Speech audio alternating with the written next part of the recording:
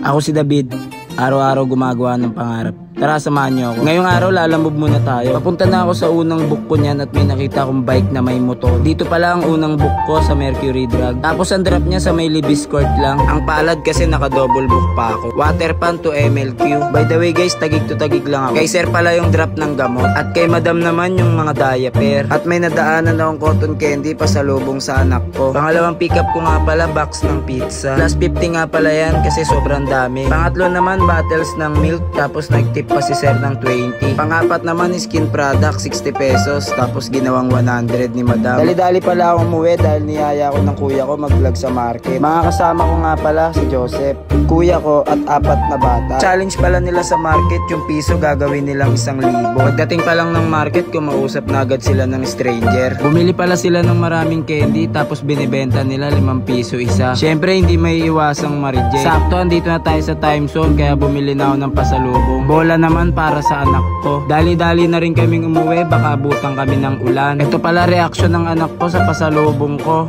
Ayaw niya. Tumawag pala yung kaibigan ko dahil nasiraan siya, putahan ko raw siya. Ang ending, 2 cellphone sa isang motor. Pumunta na nga kami sa unang pick up namin. 4 na book, lahat yun pa Antipolo. Hindi pala ako nakakapag-video ng maayos dahil malakas ang ulan dito. Parating na pala kami sa last drop namin. Syempre hindi mawawala ang paborito ko dito sa Antipolo, ang City Light, kaso umaga. Nakababa na pala kami ng Antipolo. Sabi niya stop over muna kami dahil naiihi siya. Bumili na rin pala ako ng sisig pasalubong sa asawa ko. Shoutout nga pala kay Aaron Ramirez, Agdon, Janjan. Shoutout na rin sa mga solid na sumusuporta sa akin. Sana nag-enjoy kayo. Thank you for watching.